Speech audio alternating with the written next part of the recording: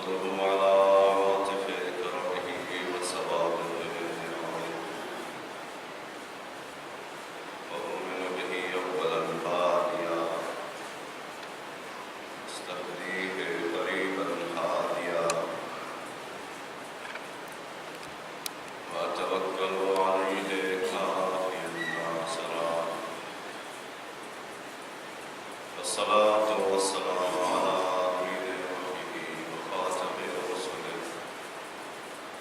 بشیر رحمته ونذیر نعمته سید الاولین والآخرین ابو القاسم محمد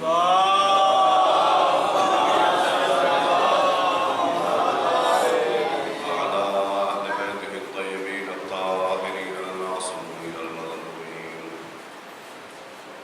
الذين من والاهم فقد والى الله ومن عاداهم فقد عادى الله ومن أحبهم فقد أحب الله ومن أبغضهم فقد أبغض الله ولعنة الله على أعداء الأعداء الله إلى يوم لقاء الله أما بعد فقد قال الله سبحانه وتعالى في القرآن المجيد أعوذ بالله من الشيطان الرجيم بسم الله الرحمن الرحيم وقالوا لو كنا نسمع أو نعقل ما كنا في أصحاب السعير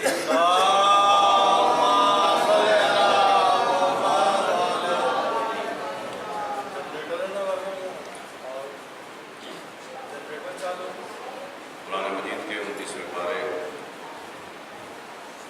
کے ابتدائی سورہ ملک کی 10ویں آیت جس کے ذیل میں گفتگو جاری ہے۔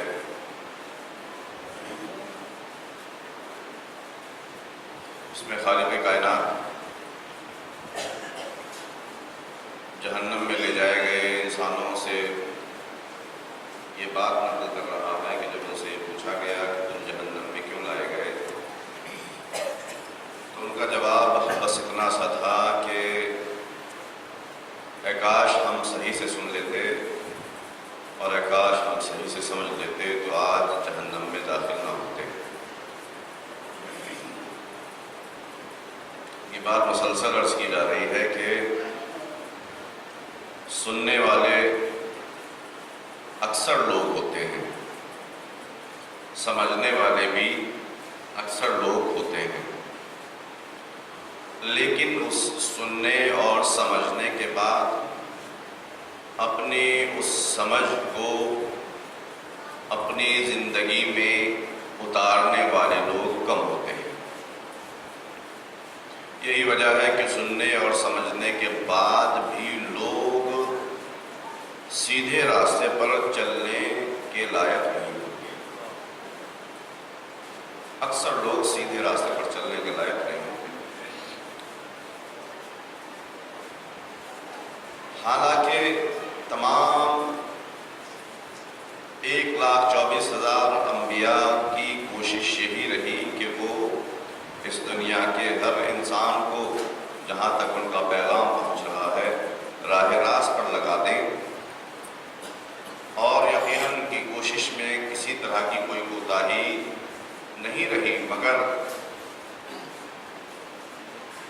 پھر بھی اکثر لوگ ان کے پیغامات کو اپنی زندگی میں فالو کرنے سے کوتاہی کرتے ہوئے نظر آتے ہیں۔ ایسا کیوں ہے؟ اس سوال کا جواب تلاش کرنے کی کوشش کی جا رہی ہے۔ دیکھیے، انسان اپنے کان سے سنتا ہے اور اللہ نے جو اس کو عقل دی ہے اس کے حساب سے اس سنی ہوئی بات کو سمجھتا ہے۔ اب سمجھنے کے بعد مرحلہ آتا ہے اس بات پر عمل کرنے کا کہ اس بات پر عمل کرے یا نہ کرے۔ سننے اور سمجھنے کی صلاحیت اللہ نے دی، اور اس صلاحیت کو دینے کے بعد اللہ نے یہی فرمایا کہ ہم نے یہ صلاحیتیں دے صلاحیتوں کے بعد پھر ہم ان سے یہ سوال کریں گے کہ تم نے ہماری ان نعمتوں کے ساتھ کیسا سلوک کیا. یہ جو ہم نے نعمتیں تمہیں دی تھی، سننے کی نعمت اور سمجھنے کی نعمت، ان کے ساتھ تم نے کیسا سلوک کیا. ہم سوال کریں گے، قیامت کے دن سوال کریں گے کہ تم نے جو سنا تھا صحیح سنا تھا کہ نہیں سنا تھا، صحیح سمجھا تھا کہ نہیں سمجھا تھا، تم نے کیا ہر بات سنی تھی، جو سننی چاہیے تھی وہ بھی، جو نہیں سننی چاہیے تھی وہ بھی. کیا تم نے ہر بات میں اپنا دماغ لڑایا تھا، جس بات میں لڑانا چاہیے تھا اس میں بھی اور جس میں نہیں لڑانا چاہیے تھا اس میں بھی.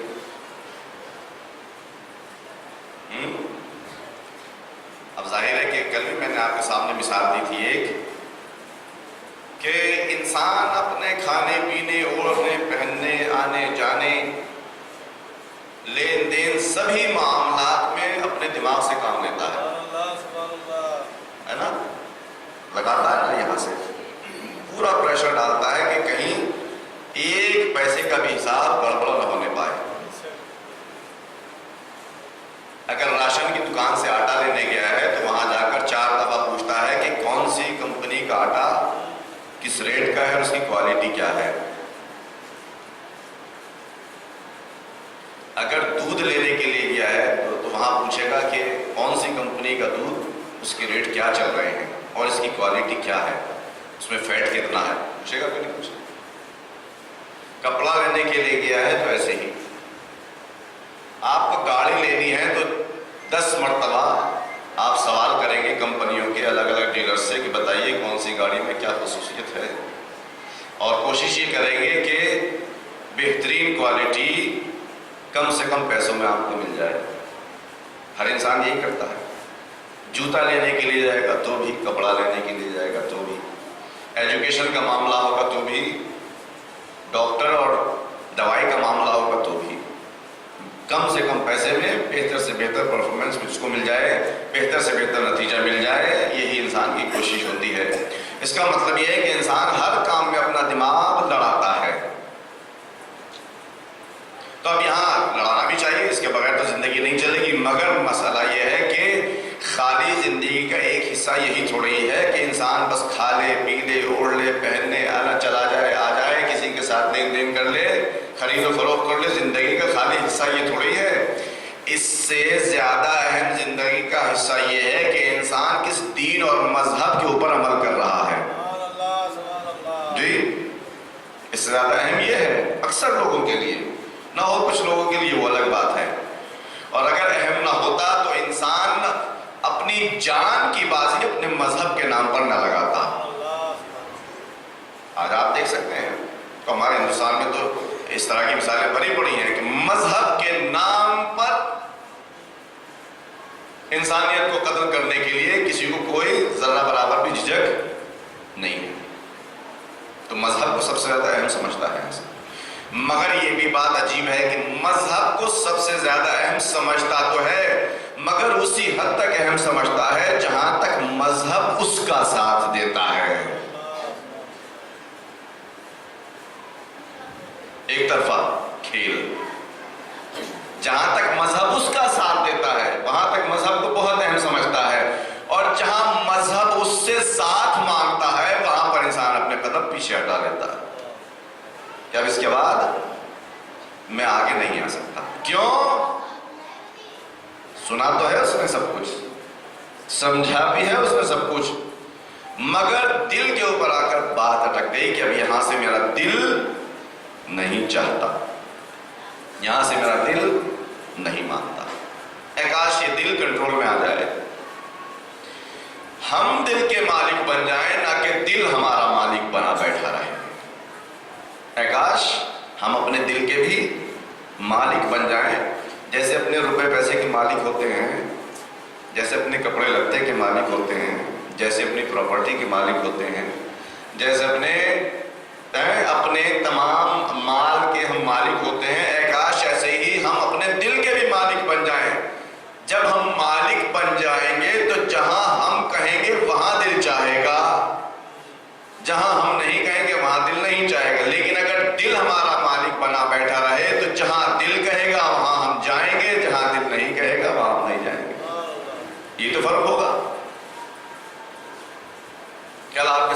عرض کیا کہ انسان کے دل میں اللہ نے چاہت رکھی ہے، اور یہ چاہت کوئی بری چیز نہیں ہے، دل کا چاہنا یہ بری چیز نہیں ہے، اپنے آپ میں کوئی بری چیز نہیں ہے، بہترین چیز ہے جو اللہ نے انسان کو یہ نعمت عطا کی ہے، یہ بہترین چیز ہے۔ ہاں بس فرق اتنا ہے کہ اس چاہت کو کس راستے میں ہم نے لگایا ہے یا کس راستے سے ہم نے روکا ہے، یہیں سے یہ بات طے ہوتی ہے کہ انسان نے چاہت کو کس راستے پر لگایا ہے، پھر وہ انسان کس راستے پر چلے گا اور اس کا نتیجہ کیا ہوگا۔ اگر چاہت کو انسان نے اپنے حق کے راستے پر لگائے رکھا ہے تو اسے جنت میں جانے سے کوئی نہیں روک سکتا، اگر اسی چاہت کو حق کے راستے پر چلنے سے روکتا ہے تو پھر جہنم میں جانے سے کوئی نہیں روک سکتا، اور وہاں پر جنت اور جہنم کے علاوہ تیسرا کوئی ٹھکانہ ایسا نہیں ہے کہ کوئی ایک کہ سم تھنگ ادھر سم تھنگ ادھر، ایسا کچھ نہیں ہے بھائی، 50-50 کا معاملہ نہیں ہے وہاں، یا ادھر یا ادھر، بیچ کا کوئی راستہ، بیچ کے راستے یہاں نکل آتے ہیں۔ کبھی کبھی ایسا بھی ہوتا ہے کہ ہم لوگ وہاں کے قیامت کے حالات کو یہیں کے حالات پر تولنے لگتے ہیں، کہ جیسے یہاں کبھی کبھی ہو جاتا ہے نا کہ آدھا مومن نہیں ہے تو چل جائے گا، نہیں وہاں نہیں چلے گا، وہاں تو پورا مومن چاہیے، اگر پورا مومن نہیں ہے تو پھر باقی اسی کا ایندھن بنے گا جس سے اللہ ہر کسی کو بچائے، وہیں کا ایندھن بنے گا، تو پورا مومن ہونے کی ضرورت ہے۔ تو یہ جو چاہت ہے ہماری، یہ اللہ نے ہمارے اندر رکھی ہے، اسی لیے آپ کو اصول کافی کی حدیث ملاحظہ کرنی پڑے گی کہ جہاں پر ہمارے اولاد کے 5ویں امام حضرت محمد باقر علیہ السلام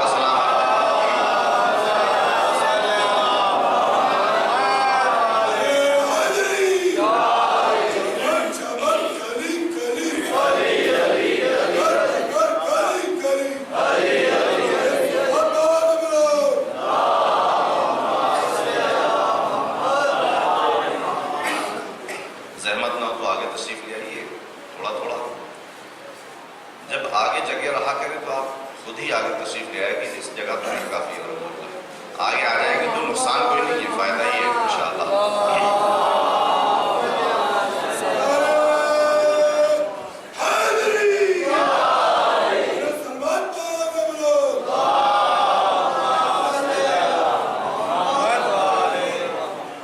مولا نے فرمایا کہ اللہ نے فرشتے پیدا کیے ہیں، انسانوں کو پیدا کیا ہے اور جانوروں کو، تینوں میں تھوڑا تھوڑا فرق ہے۔ اللہ نے جب فرشتوں کو پیدا کیا تو ان کے اندر صرف اور صرف عقل رکھی، صرف اور صرف عقل، ان کے اندر دل والی بات نہیں پائی جاتی، بس عقل۔ اور جب جانوروں کو پیدا کیا تو ان کے اندر صرف اور صرف چاہت رکھی، ان کا دل چاہتا ہے، بس عقل نام کی کوئی چیز ان کے پاس نہیں رکھی جانوروں کو۔ اور انسانوں کو جب اللہ نے پیدا کیا تو اس انسان کو تمام صفات کا مجموعہ بنایا، اس کے اندر عقل جیسی نعمت بھی ڈال کے رکھی اور چاہت جیسی نعمت بھی ڈال کے رکھی۔ اب یہ انسان عقل اور خواہش کا مجموعہ ہے، اس میں عقل بھی ہے اور خواہش بھی ہے۔ فرشتوں کے اندر صرف اور صرف عقل، جانوروں کے اندر صرف اور صرف خواہش، چاہت، دل، طلب، بس عقل نام کی کوئی چیز نہیں۔ جب عقل نام کی کوئی چیز نہیں ہے تو انہیں پتہ نہیں ہے، انہیں کچھ نہیں پتا کہ ہمیں جو کھانا ہے وہ ہمارے فائدے میں کہ نقصان میں ہے۔ پلاسٹک بھی کھا جاتے ہیں جانور، انسان کو نہیں کھاتا پلاسٹک۔ نجس بھی کھا جاتے ہیں جانور، اسے تو سمجھ میں نہیں آتا کہ نجس ہے، کہ یہ نالی کا گندا پانی پی لیتے ہیں جانور، اسے تو سمجھ میں نہیں آتا ہے گندا۔ حلال اور حرام کا فرق اس کے نہیں ہے، کیوں نہیں ہے؟ اس لیے کہ عقل نام کی سمجھ اس کے پاس ہے ہی نہیں، لہٰذا اسے تو یہ دکھائی دے رہا ہے کہ یہ پانی ہے، لیکوڈ ہے، مجھے پینا ہے، مجھے پیاس لگی، لہٰذا اس نے فوراً پی لیا۔ اب اس کے یہاں یہ سب نہیں ہے۔ ادھر سے فرشتوں کے یہاں اللہ نے ان کو صرف اور صرف عقل دے کر بھیجا، عقل دے کر پیدا کیا۔ وہاں پر یہ نہیں کہ میری چاہت، میری طلب، ایسا کچھ نہیں ہے۔ لہٰذا اللہ نے فرشتوں کی صفت یہی بیان کی ہے کہ لا یعصون اللہ ما امرہم ویفعلون ما یؤمرون۔ ان کی خاصیت یہ ہے کہ اللہ نے جو کچھ بھی ان کو حکم دیا ہوتا ہے بس وہی انجام دیتے ہیں، اور اس کے حکم کے سامنے کبھی چوں بھی نہیں کرتے کہ اللہ تم نے ایسا کیوں کر دیا، ایسا تم نے حکم کیوں دے دیا، اللہ ہم نے ایسا کچھ نہیں ہے۔ ان کی خاص صفت یہی ہے۔ لیکن یہ جو حضرت انسان ہیں، ان کو اللہ نے عقل بھی دی ہے اور وہ دل بھی دیا ہے جس کے اندر یہ کہتے ہیں کہ مجھے یہ اچھا لگتا ہے اور مجھے اچھا نہیں لگتا۔ اس کے بعد مولا فرماتے ہیں، توجہ کیجئے گا عزیزو، اس کے بعد مولا فرماتے ہیں کہ یاد رکھو اگر کوئی انسان اپنی زندگی میں اپنے اس دل کی چاہت کو کنٹرول کرتے ہوئے ہمیشہ اپنے عقل کی لائٹ میں قدم آگے بڑھاتا رہے گا تو اللہ اس کو فرشتوں سے بھی افضل بنا دے گا۔ توجہ کیجئے گا، اس کو فرشتوں سے بھی افضل بنا دے گا۔ لیکن اگر اس نے الٹا کیا، اپنی عقل کو ہمیشہ دبائے رکھتے ہوئے ہمیشہ اپنی دل کی سنتا رہا تو اللہ اسی انسان کو جانوروں سے بدتر بنا دے گا۔ بھائی کیوں؟ آخر کیوں؟ مولا نے فرمایا کیونکہ اللہ نے اس کو دونوں صلاحیتیں دی ہیں۔ اگر اس نے اپنی خواہشات کو دبا کر رکھا، یعنی اس نے اپنی خواہشات کے ساتھ مسلسل جہاد کیا ہے، مسلسل کوشش کی ہے، جو چیز فرشتوں میں نہیں پائی جاتی ہے اس کے اندر پائی جاتی ہے، اس کو اس نے دبا کر کے عقل کو آگے آگے رکھ کر یہ مقام حاصل کیا کہ اب یہ اتنا آگے نکل جاتا ہے کہ فرشتے بہت پیچھے رہ جاتے ہیں۔ اور اگر یہ جانوروں کی طرح اپنی، اس جانوروں میں تو عقل نہیں ہوتی، اگر جانوروں کی طرح عقل کو دبا کر کے اپنی خواہشات کو ہمیشہ آگے رکھتے ہوئے آگے بڑھتا رہے تو اس کو جانوروں سے بھی پست کہا جائے گا، جانوروں سے بھی پست اس کا شمار کیا جائے گا۔ اسی لیے تو اللہ نے فرمایا تھا کہ والذین کفروا یأکلون ویتمتعون کما تأکل الانعام۔ جان لو کہ کافروں کا معیار یہ ہے کہ جب وہ کھاتے پیتے ہیں، جب وہ زندگی سے لطف اندوز ہوتے ہیں تو بالکل ایسے ہی جیسے چوپائے لطف اندوز ہوتے ہیں۔ بلکہ بعض جگہ تو یہ فرمایا کہ بلکہ یہ چوپایوں سے بھی بدتر ہیں۔ کیوں بدتر ہیں؟ اسی لیے کہ اللہ نے ان کے اندر عقل نام کی لائٹ رکھی تھی، اس کو بجھا کر انہوں نے چوپایوں جیسا عمل کیا۔ تو جب چوپایوں جیسا عمل کیا ہے باوجود اس کے کہ اللہ نے ان کو لائٹ دی ہے، تو پھر تو چوپائے سے بہتر ہوئے نا، چوپائے سے بہتر ہوئے اور یہ چوپایوں سے بدتر ہوئے۔ مولا نے ارشاد فرما دیا، ہم نے عرض کیا مولا انسان میں یہ خصوصیت ہے کہ اگر وہ اپنی عقل کا استعمال کرتا رہے تو وہ بہت آگے بڑھ جائے، بہت آگے بڑھ جائے، فرشتوں کو پیچھے چھوڑ دے۔ مولا نے کہا جی ہماری حدیث اور ہم نے جو کہہ دیا وہ لوح محفوظ پر محفوظ ہے، ہم نے جو کہہ دیا وہ قرآن مجید کا ترجمہ ہے، ہم نے جو کہہ دیا ہے اس میں ذرہ برابر شک کی گنجائش نہیں ہے۔ تو مولا کوئی ایک انسان ہو، کوئی دو انسان ہو، کچھ لوگ ایسے ہوں کہ جو ہمیں فرشتوں سے آگے دکھائی دیں، کہ اللہ نے اسی لیے تو حجتیں رکھی ہیں تمہارے سامنے کہ تمہیں کل یہ کہنے کا موقع نہ ملے کہ اگر کوئی انسان ایسا ہوتا تو ہم بھی اس کو دیکھ کر آگے بڑھ جاتے۔ توجہ کیجئے گا، اگر کوئی انسان ہوتا تو ہم اس کو دیکھ کر آگے بڑھ جاتے۔ اسی لیے اللہ نے حجتیں یہاں ہمارے سامنے بھیج دی کہ دیکھو ان کو دیکھتے رہنا اور ان کے پیچھے پیچھے چلتے رہنا تاکہ تم بھی ان کے پیچھے پیچھے چل کر اس مقام پر پہنچ جاؤ کہ جہاں فرشتہ ہاتھ جوڑتا ہوا نظر آئے کہ اب میں اس سے آگے نہیں بڑھ سکتا، آپ خود تشریف لے جائیے۔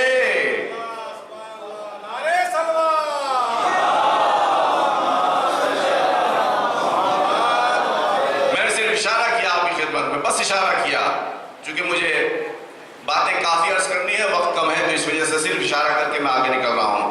انسان کو اللہ نے عقل دے کر بھیجا اور خواہشات بھی اس کے اندر رکھی۔ اب یہاں پر میرے مولا نے فرمایا کہ لا دین لمن لا عقل لہ، اس کے پاس دین نام کی چیز نہیں ہے جس کے پاس عقل نام کی چیز نہ ہو۔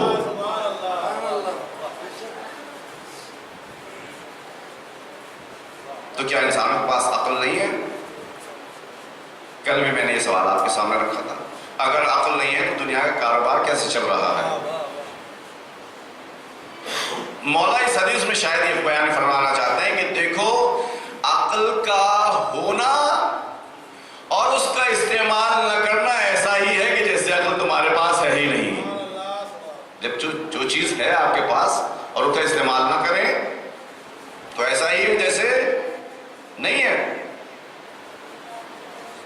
مثال دے دوں آپ کو ایک اور حدیث سے ہی، مولا نے فرمایا کہ اس دنیا میں جو لوگ ہیں وہ الگ الگ صفات کے حامل ہیں، جن کے پاس مال ہوتا ہے وہ الگ الگ صفات کے۔ بہت سے لوگ بہت کریم ہوتے ہیں، بخشنے والے ہوتے ہیں، اپنا اکثر مال وہ بخش دیا کرتے ہیں، ضرورت مندوں میں بانٹ دیا کرتے ہیں، بغیر اس کے کہ کوئی طلب کرے، مطالبہ کرے، دیتے رہتے ہیں۔ دیکھا کوئی ضرورت مند ہے اس کو جا کر خود دے دیا۔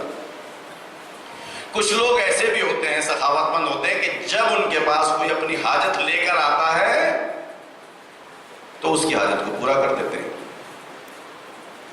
ان کے پاس ہے لہٰذا انہوں نے دے دیا۔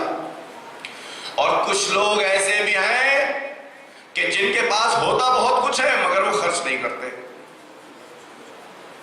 توجہ کیجئے گا، ہوتا بہت کچھ ہے مگر خرچ نہیں کرتے۔ اس کو ہماری زبان میں کیا کہتے ہیں؟ کنجوس، بخیل۔ اب کتنا بدبخت ہوتا ہے بخیل انسان، توجہ کیجئے گا۔ امیر المومنین علی بن ابی طالب علیہ السلام فرماتے ہیں،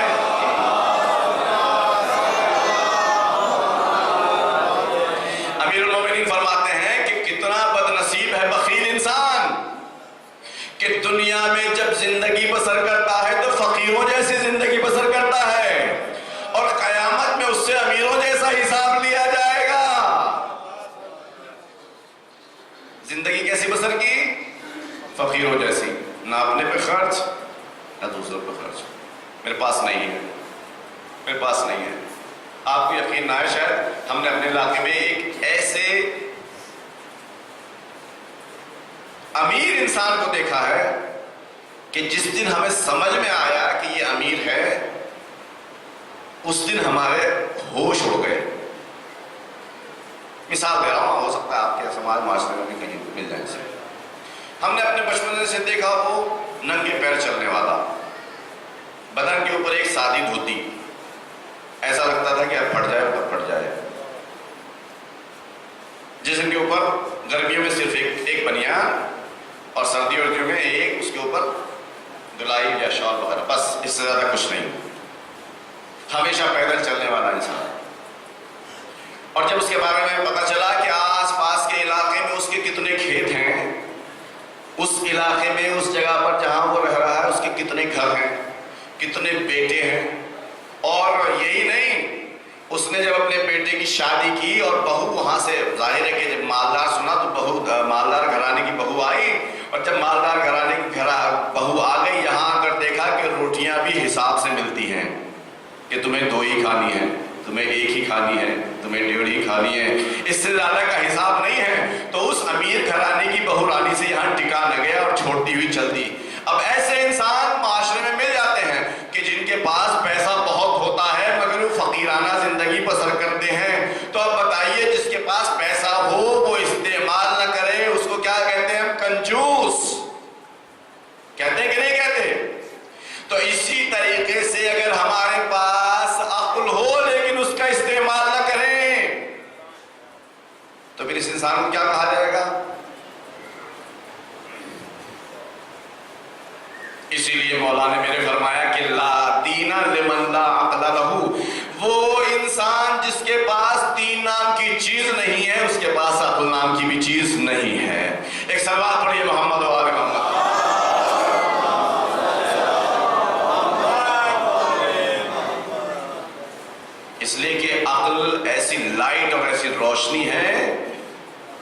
کہ جس کے سائے میں اللہ نے انسان کو فرشتوں سے بالا تر جانے کا موقع فراہم کیا ہے.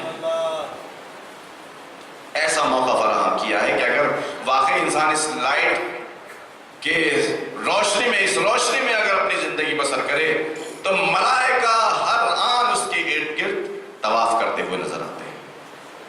اتنی بہترین لائٹ اللہ نے انسان کو عطا کی ہے. تو یہ جو ہمارا ارادہ ہے، جس ارادے کی بنیاد پر یہ ہمارا سنا ہوا سارا میٹر اور سمجھا ہوا سارا میٹر آ کر فیل ہو جاتا ہے، اس میں کون سی خصوصیت ہے کہ یہ فیل ہو جاتا ہے؟ کل میں نے آپ کے سامنے ایک واقعہ چھوٹا سا اہل بیت علیہ السلام کا عرض کر کے اور ایک نقطہ پہنچانے کی کوشش کی تھی کہ اللہ نے ہمارے دل و دماغ میں ارادے کو رکھا ہے. ارادہ ہونا چاہیے، ہماری زندگی کے لیے فیول کا کام کرتا ہے یہ ارادہ. یہ ہونا کوئی بری بات نہیں ہے. تو پھر آخر اتنا خواہشات کو برا کیوں کہا جاتا ہے کہ خواہش نفس، ہوائے نفس یہ بہکا دے گی، یہ انسان کو گمراہ کر دے گی، یہ انسان کو جہنم میں پہنچا دے. یہ کیوں ہے آخر؟ جبکہ ہم نے کل ہم نے آپ کے سامنے عرض کیا تھا کہ اہل بیت علیہ السلام کے اندر بھی ارادہ پایا جاتا ہے، خواہش پائی جاتی ہے نا. ان کا بھی دل چاہتا ہے، ان کا بھی دل کسی چیز کے لیے چاہتا ہے. کہتے ہیں کہ ہمارا دل یہ چاہتا ہے. تو پھر بات ایسی کون سی ہے کہ جس کی بنیاد پر آپ تو کسی دل کی خواہش پر عمل کرتے ہوئے اکثر لوگ جہنم چلے جاتے ہیں، اور اہل بیت اپنی اسی دل کی چاہت کی بنیاد پر اللہ کی مرضی کو خرید لیتے ہیں. وہ کی فیکٹر کیا ہے؟ وہ اصلی نقطہ کیا ہے؟ توجہ کیجیے گا. ہمارے اور آپ کے دل کے اندر اللہ کی خواہش رکھی. اور اب یہ خواہش ہماری اچھی بھی ہو سکتی ہے اور بری بھی ہو سکتی ہے. ذرا ایک صلوات پڑھ دیجیے محمد و آل محمد پر.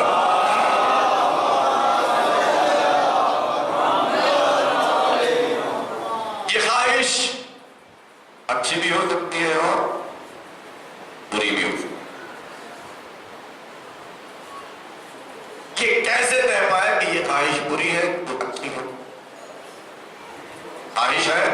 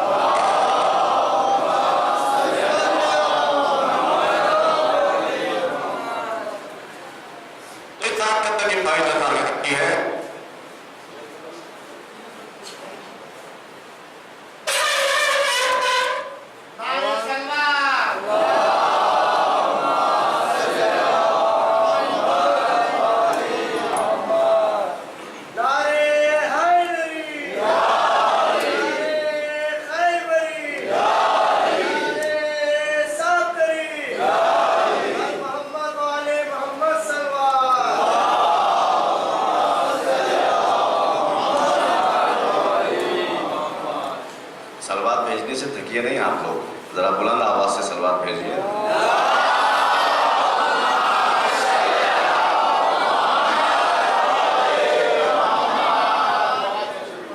تو انسان کے وجود کے اندر یہ خواہش اللہ نے رکھی ہے اور یہ خواہشات ہم جوانوں کے اندر پورے عروج پر ہوتی ہیں.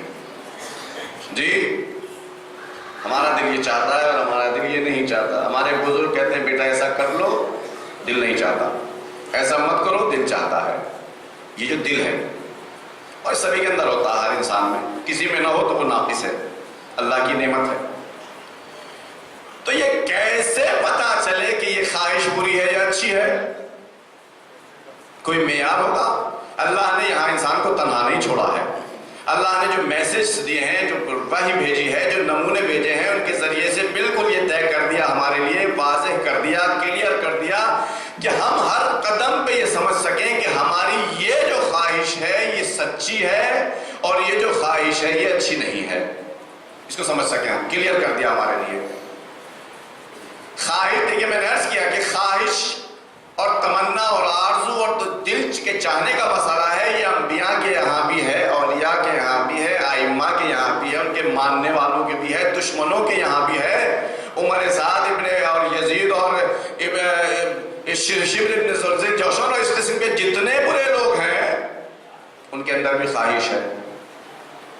تمام انبیاء کے اندر بھی خواہش ہے. مومنین، مسلمین، کافرین، فاسقین، منافقین، ہر انسان کے اندر یہ خواہش پائی جاتی ہے.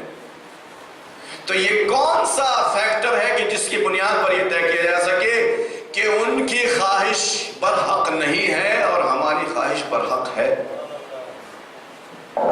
کیا اگر ہم نے اپنا نام محمد رکھ لیا مثال کے طور پر، یا تقی رکھ لیا، نقی رکھ لیا، علی رکھ لیا، جعفر رکھ لیا، موسیٰ رکھ لیا، کچھ رکھ لیا نام، تو ہماری ساری خواہشات حق کے راستے پر ہوں گی؟ یا انہوں نے مثال کے طور پر اپنا نام رام رکھ لیا، شام رکھ لیا، سنگھ رکھ لیا، کپور رکھ لیا، شرما رکھ لیا، کچھ بھی رکھ لیا، تو چونکہ ان کا نام ایسا ہے تو اس بنیاد پر ان کی ساری خواہشات باطل ہوں گی؟ نام کی بنیاد پر ہوتا ہے؟ نہیں ہوتا. تو کوئی نہ کوئی معیار ہونا چاہیے، کوئی ایک ایسا ترازو ہونا چاہیے کہ جس کی بنیاد پر یہ طے کیا جا سکے کہ ہم جو اس وقت کسی خواہش اور دل کے چاہنے کی بنیاد پر کام کر رہے ہیں، یہ کام، یہ خواہش اور یہ تمنا ہماری حق کی بنیاد پر ہے کہ نہیں ہے. بس ایک چابی آپ کے ہاتھ میں دے رہا ہوں جو ائمہ کی طرف سے مجھے ملی ہے. انہوں نے مجھے خود ڈائریکٹ نہیں دی، کتابوں سے جو نکل کے آئی ہے، وہ چابی آپ کے ہاتھ میں دے رہا ہوں. توجہ کیجئے گا. تمام خواہشات کو آپ اس کے اوپر تول کر دیکھ سکتے ہیں. کوئی بھی خواہش آپ کی ہو، کوئی بھی تمنا آپ کے دل کی ہو، کوئی بھی چاہت آپ کی ہو، دیکھ لینا کہ یہ خواہش تمہیں اللہ کی طرف لے جاتی ہے یا اللہ سے دور کرتی ہے. یہ تمہیں اللہ کی طرف لے جاتی ہے یا اللہ سے دور کرتی ہے. تو الحمدللہ عقل رکھنے والوں کے لیے کوئی سنگین معاملہ نہیں ہے. یہ اتنا سوچنا اور اتنا سمجھنا کوئی مسئلہ نہیں ہے. اگر اللہ سے نزدیک کر رہی ہے وہ خواہش، جیسے کل میں نے عرض کیا تھا آپ کی خدمت میں حضرت اور اہل بیت کا واقعہ، اگر اللہ سے نزدیک کرنے کا سبب بنے تو یہی خواہش گویا اللہ کی طرف سے تمہارے اوپر الہام ہے، اور اگر یہی تمہیں اللہ سے دور کر دے تو یہ شیطان کا وسوسہ ہے.